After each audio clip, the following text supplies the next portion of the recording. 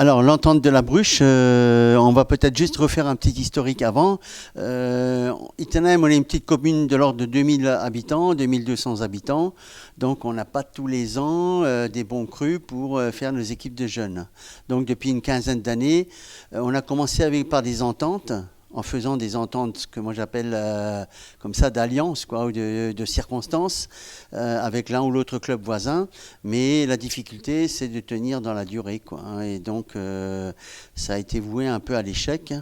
Et il y avait cette solution. Et ensuite, il y a la solution entente officielle avec un ou deux clubs voisins ou alors un groupement. Mais on ne voulait pas faire le pas pour faire un groupement, on voulait rester sous forme d'une entente, qui permet quand même de mettre en commun des qualités de joueurs par catégorie qu'on n'a pas suffisamment par équipe, pour avoir un meilleur résultat, pour éviter que les grands clubs strasbourgeois ou autres nous pillent nos jeunes qui sont prometteurs et d'avoir quelque chose à leur proposer ici sur place. Alors je vais rebondir, c'est que donc elle a vraiment pris tout son essor, cette entente, il y a 2 ans, avant le Covid, où on a eu l'opportunité avec notre catégorie de U13 d'intégrer le plus haut niveau, donc les U13 D1.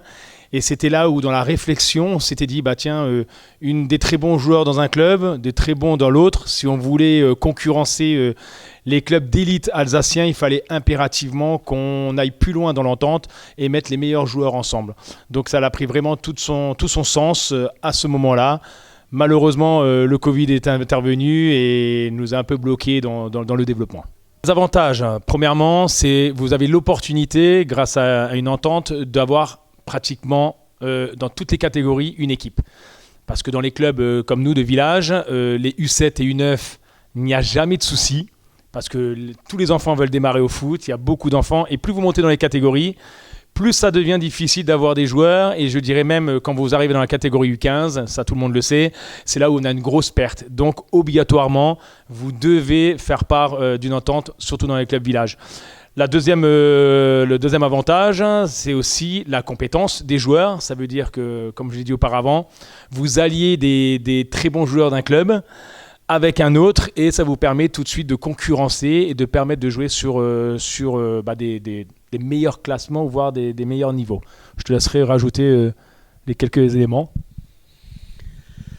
Oui, par rapport à ça, alors effectivement, l'idée, c'est aussi d'avoir une équipe élite, entre guillemets, par catégorie, et aussi une équipe loisir ou 2 équipes loisirs si on a trop d'effectifs. Parce que c'est vrai que si vous réunissez 3 clubs, vous pouvez plus facilement avoir 2 équipes par catégorie ou 3.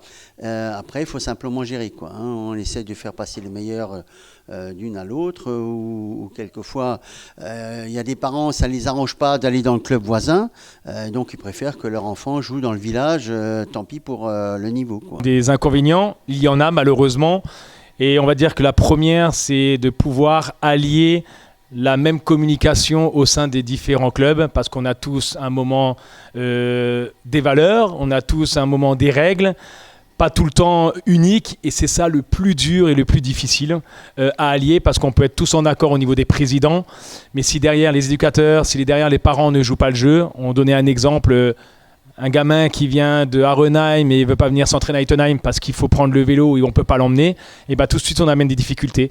Donc c'est aussi d'allier tout ça avec les parents et de leur expliquer que si l'avenir du foot dans les clubs comme les nôtres, on veut continuer à avoir des équipes jusqu'en senior, il faut que tout le monde joue le jeu.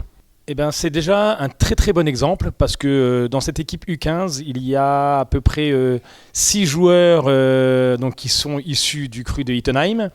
Et grâce donc aux apports des joueurs d'Arenheim et d'Oberschaffolsheim, ça a permis de créer un vrai groupe. Alors, je ne vous dis pas que c'était facile au début, parce qu'on se mélange. Les parents aussi se mélangent, donc découvrent d'autres fonctionnements. Ça a très bien pris et ça a permis de bien fonctionner, de se retrouver aujourd'hui en finale, parce que derrière, il y a eu les joueurs qui étaient présents et surtout la qualité des joueurs. Et pour rebondir aussi avant sur l'avantage, quand vous êtes en entente, c'est aussi au niveau des éducateurs. Et le bon exemple est là, c'est qu'aujourd'hui, ils s'entraînent à Ittenheim. Ils jouent à Ittenheim avec des joueurs des 3 clubs et un coach qui vient d'Oberschaffelsheim. Donc un très beau mélange. Après, il ne faut pas oublier qu'en dehors de la finale de la Coupe qu'on va disputer le 4 juin, c'est une équipe qui a quand même fait une belle saison aussi. On se retrouve dans le quatuor de tête, on est 3e, 4e, 5e en fonction des résultats du week-end. Et donc ça aussi, c'est une réussite pour nous. On n'a jamais joué en D1 à ce niveau-là avec une équipe de U15. Hein. Donc c'est une réussite aussi pour le travail effectué quand même depuis quelques années. Quoi, hein. Donc c'est pas une entente qui a démarré.